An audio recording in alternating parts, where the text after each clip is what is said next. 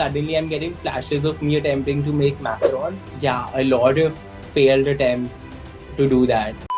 Now we have some very quick answers. So, Sure. which ones can you pick?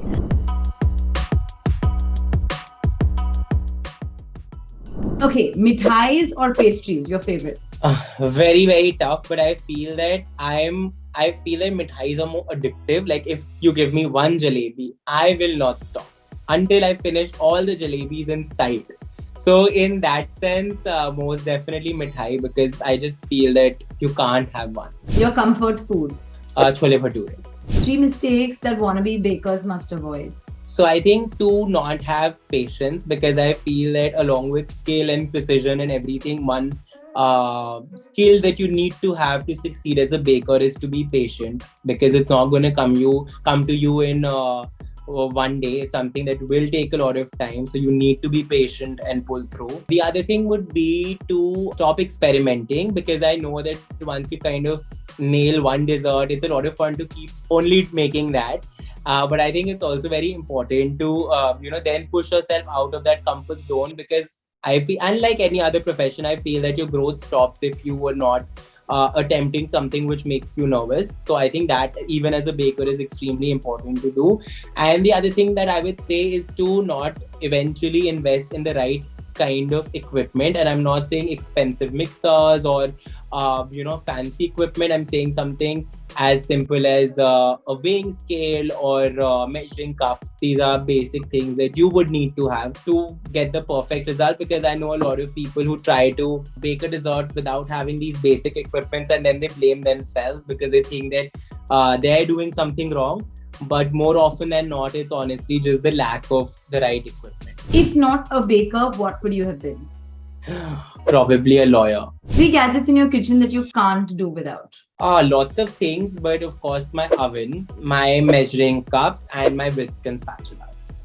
Rest everything I can do without. 3 productivity tools you and your team swear by. So we are all, I feel like, especially me, I feel like I am very technologically challenged. So I know that they might be expecting to hear some fancy apps that help you kind of increase your productivity. But here I'm struggling to just keep up with my WhatsApp and Instagram. I'm a very basic person. I honestly write down things in my diary with my pen, all the tasks that I have to complete that day. And in the evening, the joy that it gives me to kind of cut it out is something which kind of helps me be productive. If I don't want to do something, I just think about how much joy it'll give me later to kind of tick it off my list. The best advice you got when you started food blogging? I think it is to be consistent. And I honestly feel that one of the big reasons why I've been able to build a social media following is because I've been consistent. And I've also, like everybody else, gone through phases where I feel like giving up, where I think that, oh, it's not working. My follower count is stuck. I'm not getting the response that I want. So it probably doesn't make sense. I've had all of those thoughts, not just on Instagram, but even on a platform like YouTube that I've started recently. But just the fact that I've shown up every day, put out some content on YouTube. Also, I've been consistently posting 2 videos every week. I think that has just helped me. I don't think I am the best baker out there, or I have the best recipes, or I am the best food stylist. I don't think any of that stands true. But I know for a fact that I am extremely consistent and I do show up every day. So I think that is something that has helped me. A recipe that you've made more blunders than got right? Macarons. One last minute baking hack tip when the cake is just not rising as planned. Unfortunately, you can't do anything about the cake not rising if it's already in the oven. Then give us the hack for the softest cake that one can have. So I think a lot of mistakes that people make, and it's something that I've done a lot when I was just starting out, is when you're combining your dry and your wet ingredients. To overmix it, what that does is basically you end up knocking out all the air, and that is what results in a hard and a dense cake.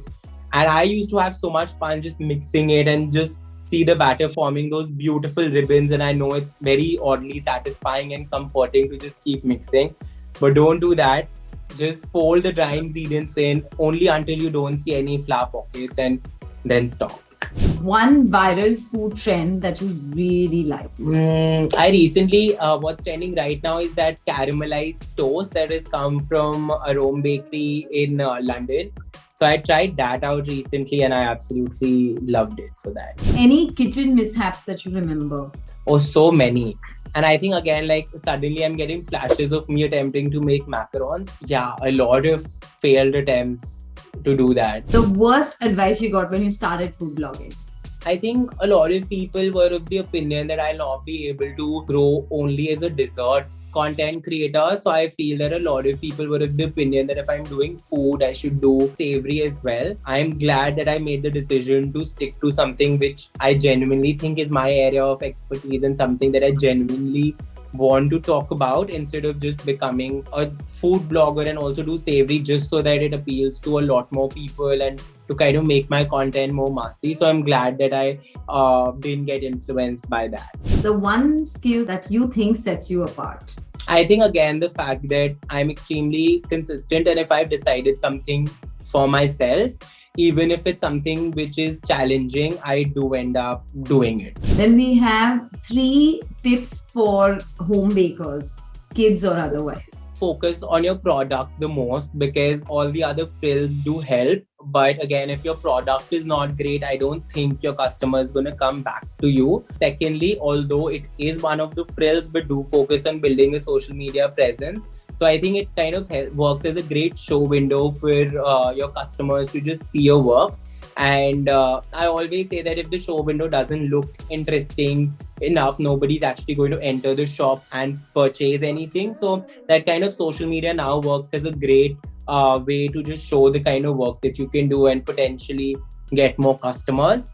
And my third tip would be to focus a lot on customer feedback. Again, like any other industry, it's very important to understand what your customers are saying, and if say you're getting a negative feedback, why are you getting that negative feedback and how you can fix it. Anything new that people should expect or you want to share about 2023 that's coming up on the blog, YouTube channel, or on your social pages? So I'm working on creating a product with one of the biggest coffee brands, which is going to release this summer. So that's all I can say for now.